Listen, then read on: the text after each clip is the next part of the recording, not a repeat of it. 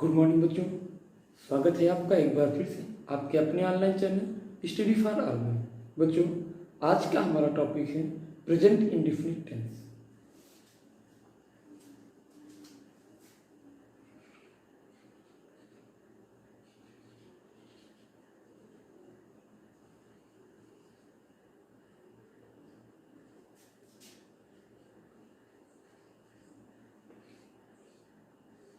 बच्चों, पहले हम इस पे ये बात करेंगे कि प्रेजेंट इंडेफिनिट टेंस होता क्या है, किस तरह के वाक्य आते हैं प्रेजेंट इंडेफिनिट टेंस में।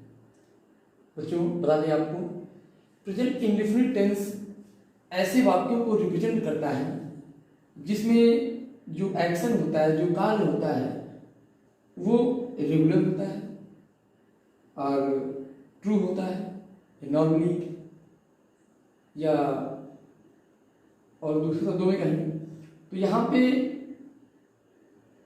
एक ट्रू जो सत्य कार्य होता है, जो सही सही होता है, उस कार्य को रिप्रेजेंट करता है ये प्रेजेंट इंडेफिनिट टेंस। ये रिप्रेजेंट ही करता है, ये वर्ब को रिप्रेजेंट करता है ट्रूली, रेगुलरली। बच्चों, अगर हम यहाँ पे एक एग्जाम्पल ले लें किस प्रकार के कार्य आते हैं, वहाँ समझेंगे कि पहचान क्या होती है। जैसे एग्जाम्पल लिखा हमने स्टार्टिंग में, वह पुस्तक पढ़ता है। मतलब यहाँ पे वह पुस्तक पढ़ता है, मतलब नॉर्मल सी बात है यहाँ पे, और ये सेंटेंस रिप्रेजेंट कर रहा है कि उसके द्वारा एक कार्य हुआ है, नॉर्मल कार्य, और प्रेजेंट में हुआ है। आज की बात हो रही है, मतलब करंट टाइम की बात हो रही है। अब बच्चों, अगर बात करें पहचान की, कैसे हम पहचानेंगे कि ये सेंटेंस प्रेजेंट इंडेफिनिट टेंस का है, तो वो जो सिंपल सी बात है, यहाँ पे अगर हम पहचान लिखें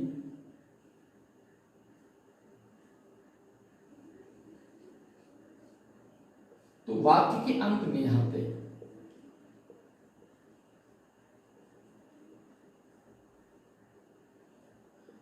ता है, ती है, ते हैं, आदि शब्द आते हैं।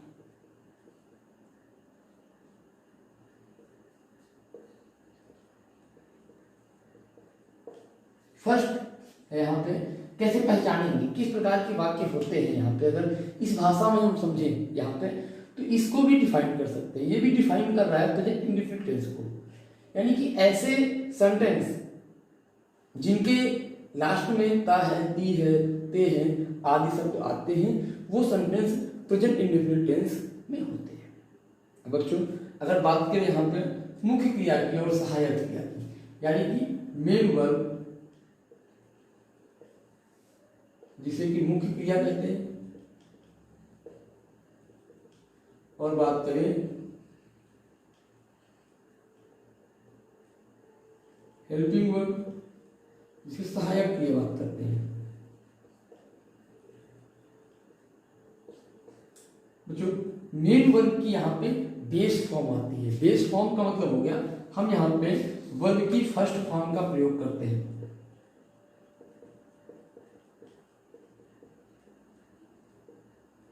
और उसको दो रूपों में प्रयोग करते हैं, सिंगुलर नंबर के साथ,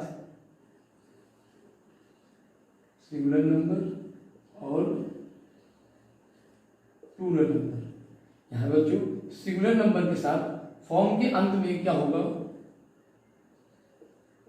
यस या ईएस लगाते हैं।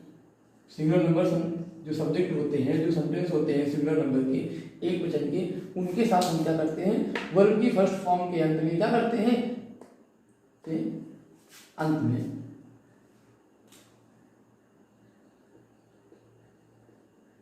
के अंत में यस या ईएस लगाते हैं, और प्लूरल नंबर में वर्ब की फर्स्ट फॉर्म को ऐसे ही लिख देते हैं, एज इट इज, ऐसे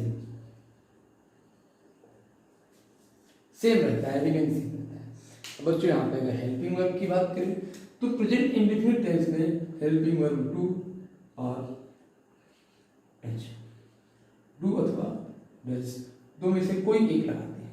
अब डू एंड डज बोथ का यूज हम अगर करेंगे तो यहाँ पे अलग अलग यूज होता है। डू का यूज हम करते हैं प्लूरल के साथ,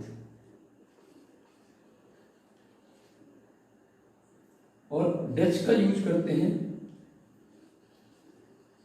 सिंगल के साथ। और ये डूडल्स लगता कहाँ पे है? डूडल्स अफर्मेटिव सेंटेंस में नहीं लगता है। हम टेंस को अकॉर्डिंग टू सेंटेंस, यानी कि इस टेंस में हम 3 प्रकार के सेंटेंस बनाए। कौन कौन से 3 प्रकार के सेंटेंस होंगे, क्या उनका स्ट्रक्चर होगा, अब आगे उसी पे चर्चा करेंगे।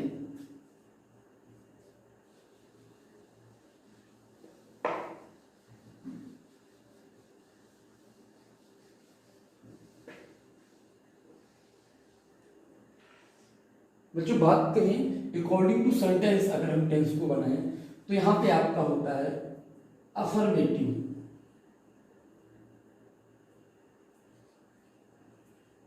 जिसे पॉजिटिव भी कहते हैं, और एक होता है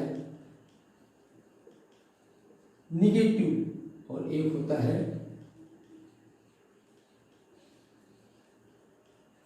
इंडेक्टिव। ये हो गया आपका सकारात्मक, ये हो गया नकारात्मक, और ये हो गया प्रश्नवाचक। 3 प्रकार के वाक्य इस सेंटेंस में हम बनाते हैं। अगर हम बात करें अफर्मेटिव सेंटेंस की, क्या स्ट्रक्चर होता है अफर्मेटिव सेंटेंस का, तो स्ट्रक्चर ऑफ सेंटेंस की बात कर रहे हैं, यहाँ पे बात कर रहे हैं स्ट्रक्चर की। स्ट्रक्चर क्या होता है, क्या रूपरेखा होती है, किस हिसाब से यहाँ पे सेंटेंस में हम प्रयोग करते हैं। तो सबसे पहले बच्चों हम प्रेजेंट इंडेफिनिट टेंस के अफर्मेटिव सेंटेंस को बनाने के लिए सबसे पहले सब्जेक्ट लाते हैं, फिर वर्ब की फर्स्ट फॉर्म,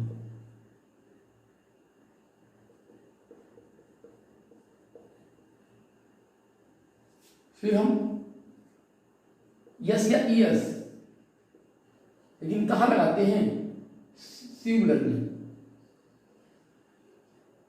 सिंगुलर के लिए प्लस ऑब्जेक्ट, ये होता है। जैसे कि हम यहाँ पे साथ में एग्जाम्पल भी देखते चले, जैसे मैंने ऊपर एक सेंटेंस लिखा था, वह पुस्तक पढ़ता है,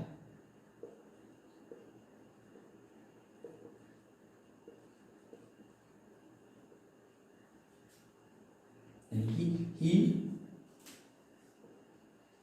सब्जेक्ट यहाँ पे डिफाइन करना हो, कौन पुस्तक पढ़ता है, ही पुस्तक पढ़ता है, मतलब वह पुस्तक पढ़ता है, सब्जेक्ट आपका ही हो गया।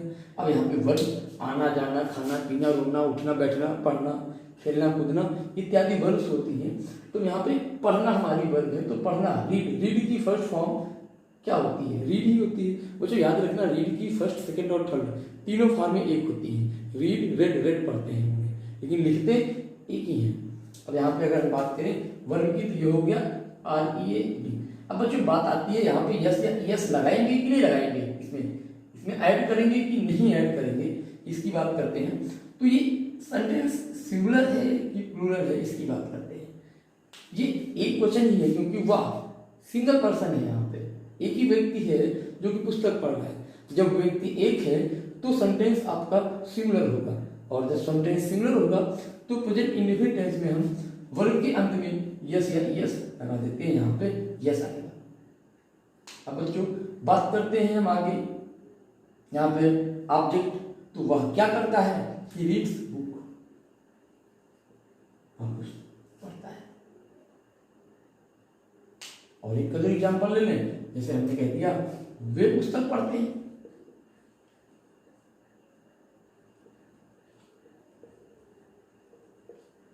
बच्चों यहाँ पे वे, यहाँ पे सब्जेक्ट है आपका, वो है वे, दे।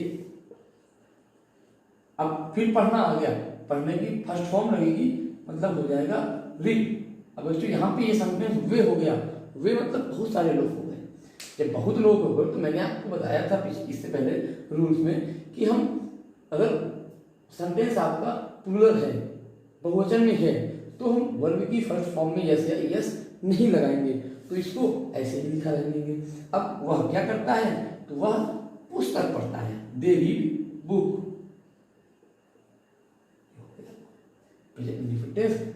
सेंटेंस इस प्रकार से बनाते हैं। अब बच्चों अगर बात करें निगेटिव की, एग्जाम्पल्स आप कर रहे हैं,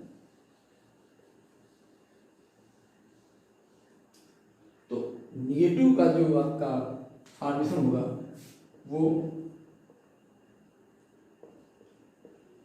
सब्जेक्ट प्लस सब्जेक्ट के जस्ट बाद हम डू या डज लगाते हैं, डू और डज।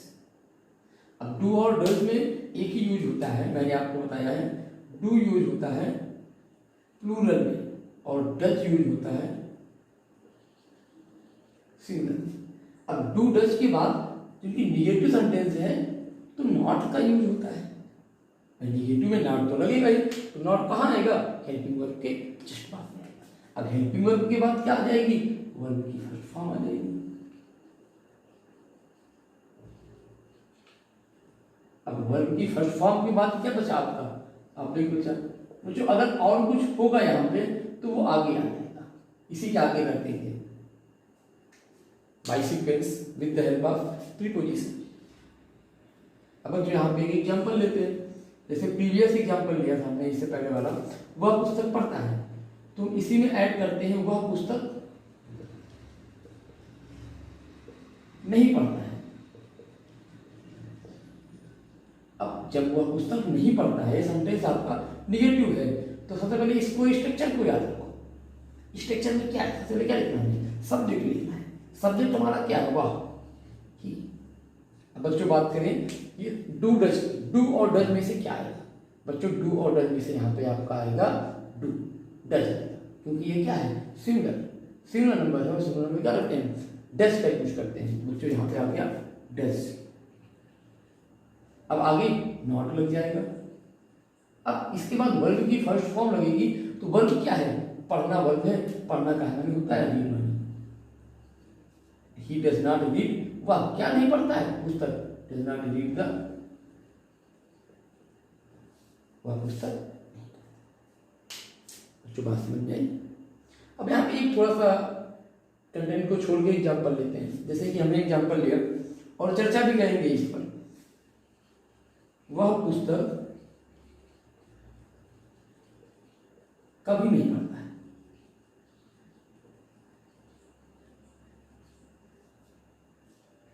बच्चों अगर किसी भी सेंटेंस में प्रेजेंट इंडेफिनिट टेंस में कभी नहीं आता है, तो फिर हम डू या डज का यूज नहीं करेंगे।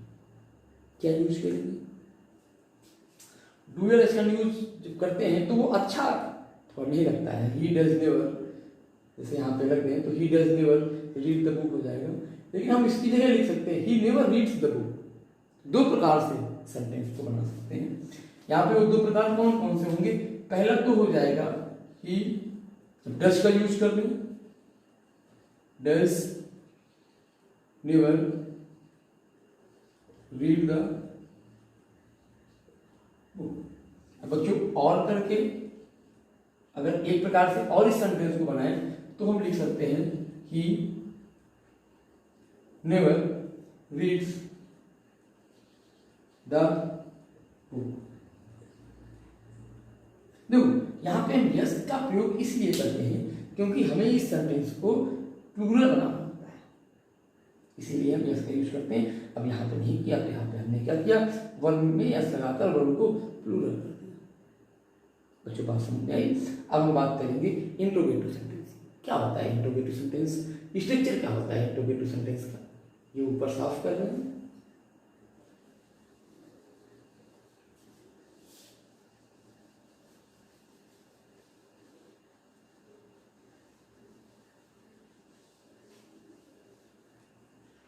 केवल हम इंट्रोगेटिव सेंटेंस ही पढ़ेंगे।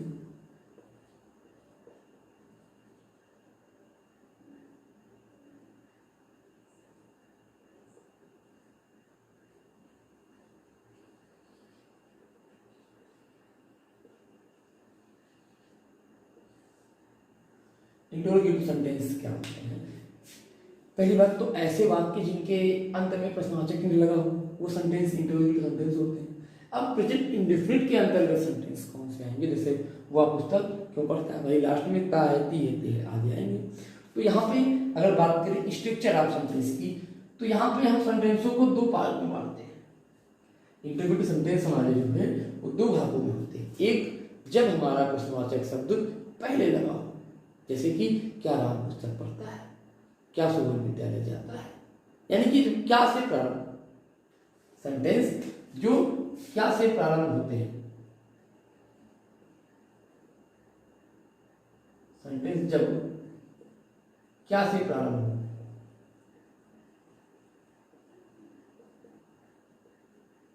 तो स्ट्रक्चर क्या हो जाएगा? सबसे पहले यहाँ पे स्ट्रक्चर में हम लिखेंगे डू और डज।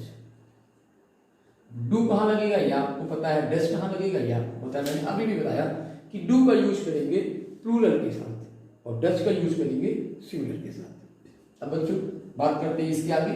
तो डू डज के जस्ट बाद आपका आ जाएगा सब्जेक्ट, फिर नॉट हो तो, इसके बाद हम यूज करेंगे वर्ब फर्स्ट फॉर्म। अब बच्चों हम यूज करेंगे यहाँ पे ऑब्जेक्ट। प्लस अगर और कुछ हो तो उसको लिखने के बाद प्रीपोजिशन की मदद से जैसे भी ऐड हो हम यहाँ पे क्वेश्चन मार्क लगा देते हैं। ये मोस्ट इंपॉर्टेंट चीज है यहाँ पे इंट्रोगेटिव सिंबल। अगर हमने इंट्रोगेटिव सिंबल नहीं लगाया जो कि उल्टे हाशिए की तरह होता है तो सेंटेंस गलत हो जाएगा। जैसे कि बच्चों एक एग्जाम्पल लेते हैं यहाँ पे, क्या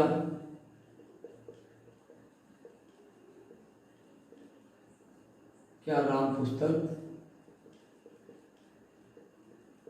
पढ़ता है। अब यहाँ पे सेंटेंस है क्या राम पुस्तक पढ़ता है, तो यहाँ पे हमें क्या करना है, पहले हम पहचान लें कि ये सेंटेंस किस टाइप का है, सिंगुलर है कि प्लूरल है। तो सेंटेंस तो आपका ये सिंगुलर है।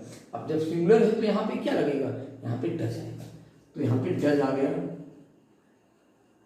अब इसके बाद डज के बाद यहाँ पे सब्जेक्ट आएगा। सब्जेक्ट क्या होगा आपका, सब्जेक्ट हो जाएगा डज ही। अब इसके बाद नॉट, क्या इस सेंटेंस में नॉट है, क्या सेंटेंस इंट्रोगेटिव नेगेटिव है, अगर नहीं है तो छोड़ दो इस कॉलम को। यहाँ पे लिखा है नॉट हो तो लगाएंगे, नहीं है तो नहीं लगाएंगे कि आप ऐसे ही चिपका दो यहाँ पे, ऐसा नहीं है।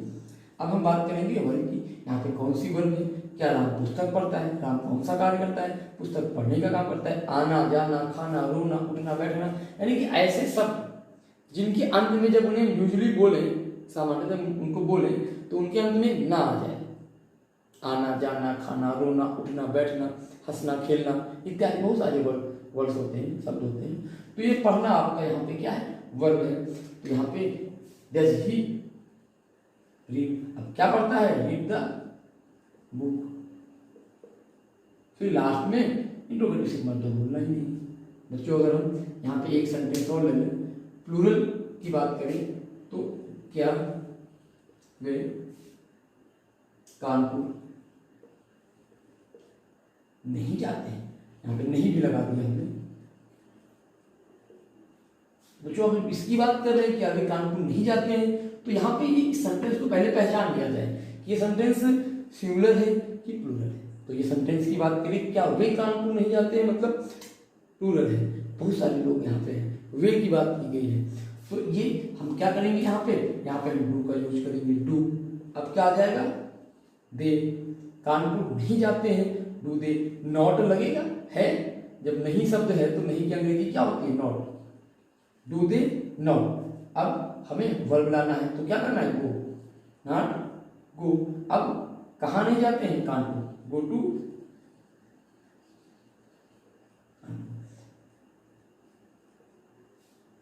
बच्चों यहां से हमें एक सीख ये ले लेनी है, आगे बहुत सारे टेंस हमें पढ़ने हैं, तो आप हमेशा याद रखना इंट्रोगेटिव सेंटेंस में जो नॉट का यूज होता है वो हमेशा सब्जेक्ट के बाद होता है। सब्जेक्ट को लिखेंगे उसके बाद ही नॉट लगाएंगे, हमेशा। टेंस की बात कर रहे हैं, जितने भी टेंस आप पढ़ोगे प्रत्येक टेंस में आपका नॉट जो होगा वो यही लगेगा, सब्जेक्ट के बाद लगेगा। बच्चों हम बात करते हैं इंट्रोगेटिव सेकंड टाइप की। सेकंड टाइप क्या होता है, फर्स्ट टाइप है, एग्जाम्पल समझ में आ गए होंगे।